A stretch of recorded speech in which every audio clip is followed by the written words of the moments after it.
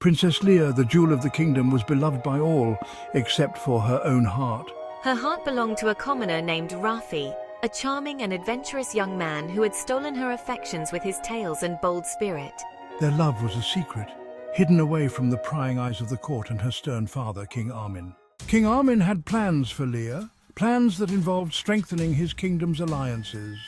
He arranged for her to marry an old nobleman from a distant land, a man who could provide political power and stability. When Liya learned of her father's intentions, she was consumed with anger and desperation. She could not bear the thought of a loveless marriage, especially to an old man she did not care for. In her fury, Liya devised a plan with Rafi. They would incite the people against her father by spreading rumors of his hoarding livestock while the people starved. Liya and Rafi met in secret, whispering in the shadows of the palace gardens. Rafi would spread the rumors among the people, telling them that King Armin had stockpiled food and livestock in the castle while they suffered. Rafi was persuasive, his words igniting a fire of anger and desperation among the people. He spoke of the king's greed and their suffering, painting a vivid picture of the injustice they faced. The people, driven by hunger and rage, began to murmur and grumble. The tension in the air was palpable and the seeds of rebellion took root. As the days passed, the whispers grew louder. The people, fueled by Rafi's words, began to gather in secret, planning their attack on the castle. The day of the uprising arrived. The people, armed with whatever they could find, stormed the castle gates. Chaos erupted as they fought their way inside. Amidst the confusion and violence, Liya and Rafi seized their chance. They slipped away, their hearts pounding with fear and excitement. As they ran through the night, leaving the burning castle behind, Liya could not help but feel a pang of guilt. She had abandoned her family, her home, and everything she had known. But she pushed those thoughts aside, focusing on the man beside her and the promise of a new life together. The night was a blur of chaos and fear as Liya and Rafi fled from the burning castle. The sounds of battle echoed behind them, but they did not look back. With nothing but the clothes on their backs and a small pouch of gold Liya had hidden away, they ran through the forest, guided by the pale light of the moon. The journey to their new life was fraught with peril.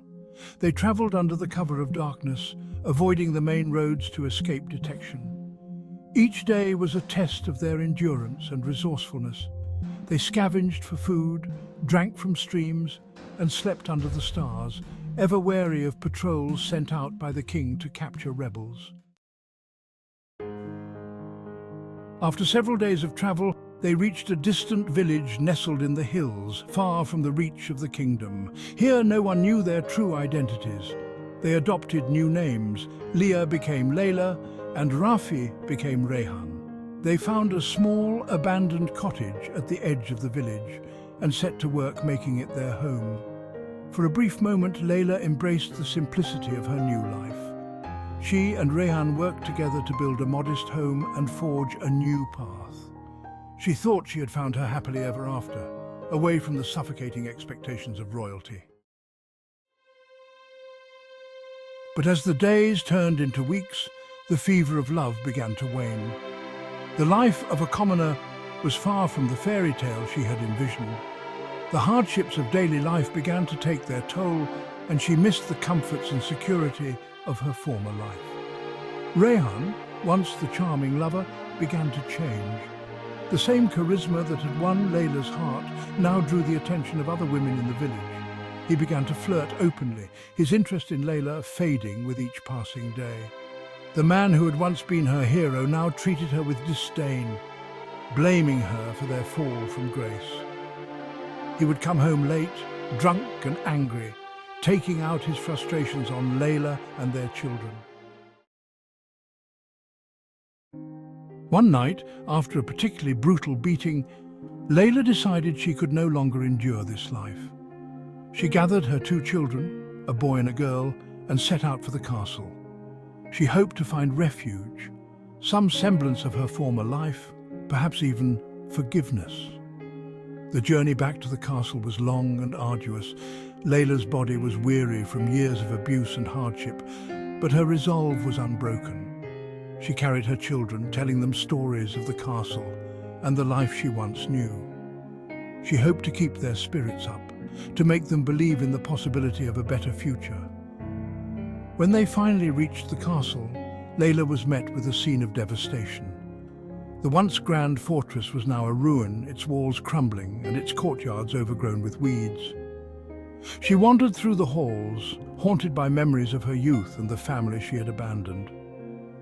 Her heart ached with regret, but she pushed forward, hoping to find some trace of the life she had lost. Liya, now Layla, stood at the edge of the ruined castle with her 2 children by her side.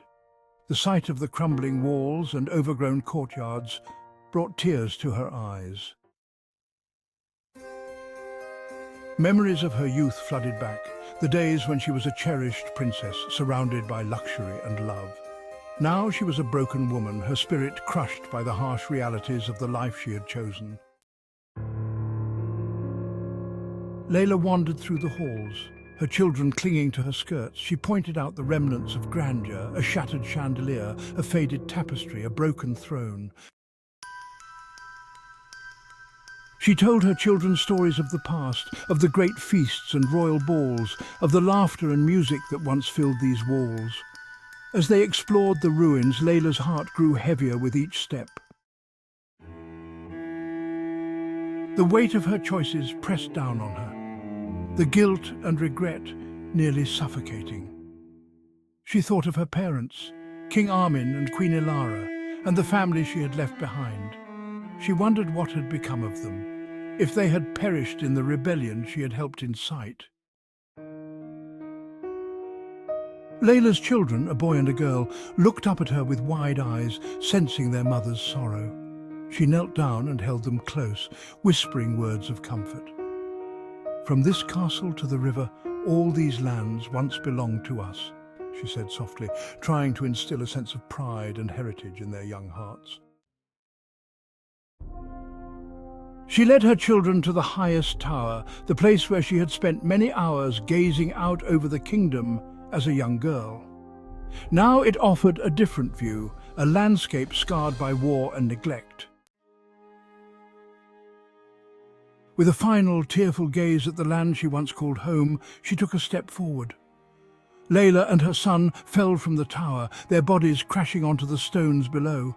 The impact was fatal, ending their suffering in an instant. The villagers who had witnessed their arrival rushed to the scene. They found Layla's lifeless body, her son still clutched in her arms. The villagers recognized her as the princess who had once graced their land, now reduced to a tragic figure in a tragic tale. In the end, Princess Liya's story became a cautionary tale, a reminder of the dangers of forbidden love and the consequences of rebellion.